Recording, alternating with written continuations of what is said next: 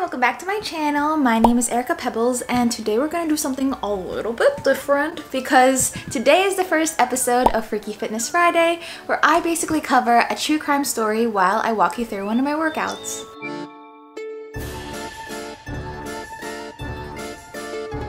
And I know I haven't been here for a while, and to be honest, it's because it gets kind of boring pumping out workout video after workout video, so I kind of wanted to remix it a little bit, and obviously inspired by the beautiful Bailey Sarian and her makeup and mystery series, I wanted to kind of mesh my two passions together as well. And I know for a fact I'm not the only one who loves listening to true crime podcasts while at the gym, so for my besties working out right now, work out with me and let's get into the case of the Liverpool Black Widows. So over the weekend I was watching Crimson Peak with Tom Hiddleston as the main love interest in a gothic romance, which was chef's kiss I didn't know I needed. Anyway, it led me through a rabbit hole of looking at Black Widows and Bluebeard killers, which by the way are what they call men who kill their wives. And I was kind of surprised to find that not a lot of them actually worked as a duo, let alone are siblings like they did in the movie.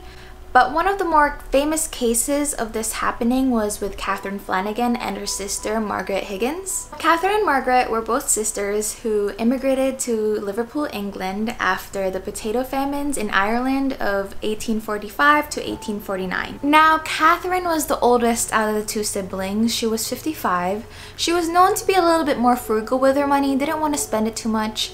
And I'm guessing this is because she wanted to open up her own business in town, because shortly after moving to Liverpool, she opened up her own beer house. But this was really short-lived just because she didn't like following the law and the police caught on, so they shut down the beer house and she was out of money again. Moving on to Margaret, she was 45 and not a lot is known about her, but one of the more noteworthy things was that she had a previous husband before going to Liverpool that died under mysterious circumstances. Which to me is already super sus, but no one knew what happened. Did he just drop dead? So, in the 1880s, Catherine was once again a businesswoman, which I guess is when you rent out a couple rooms in your house to visitors. But this time it was co-owned by her sister Margaret. Together they lived in that lodging house on Skirving Street, Liverpool, along with Catherine's own son John and two lodging families.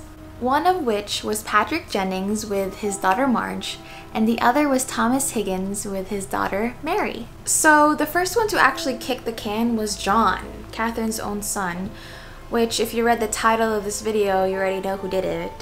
But why would you kill your son? For money? Well, spoiler alert, it was for money. They got a huge buyout from the insurance. 71 shillings, which I believe today would be 6,000 shillings. And it was super suspicious because prior to being sick, all the neighbors mentioned that he was very fit and very healthy. So that should tip you off, police. So after his death, Thomas and Margaret started this really intense romance, and it intensified to their own marriage shortly after in October 1882. And surprise, surprise, Thomas's 8-year-old daughter, Mary, gets terminally ill and dies 6 months after they're married. Unfortunately, the other lodger family, the Jennings, the daughter died after falling mysteriously ill and followed suit with Mary. Once again, Catherine and Margaret collected payout from the insurance from both their deaths. Finally, the neighbors were suspicious. They were like, what should we do? What should we do? There were 3 consecutive deaths in the same house. And this scared Catherine and Margaret enough that they moved to another street, not even another city. They moved from Skirving Street to Latimer Street to Ascot Street, where they finally stayed and had another lodging house. So you'd think, right, Catherine and Margaret finally learned their lesson. Maybe we shouldn't kill people for their insurance money. But of course, they had to go out with a bang. Thomas fell ill and complained of stomach pains, which he actually went to the doctor for. But the doctor was like, oh, you're drinking too much, which you and I both know it wasn't from that. Well, Thomas died 2 days later, and Dr. Whitford said it was from dysentery, But this time around, the sisters got a huge payout from the insurance, even more than all the deaths before. So Thomas's brother Patrick caught on because he was like, that's weird. That's suspicious. My brother was literally fine 2 days ago and now he's dead. So he did a little bit of digging and found there were 5 insurance policies taken out of his brother's name days before his brother's death.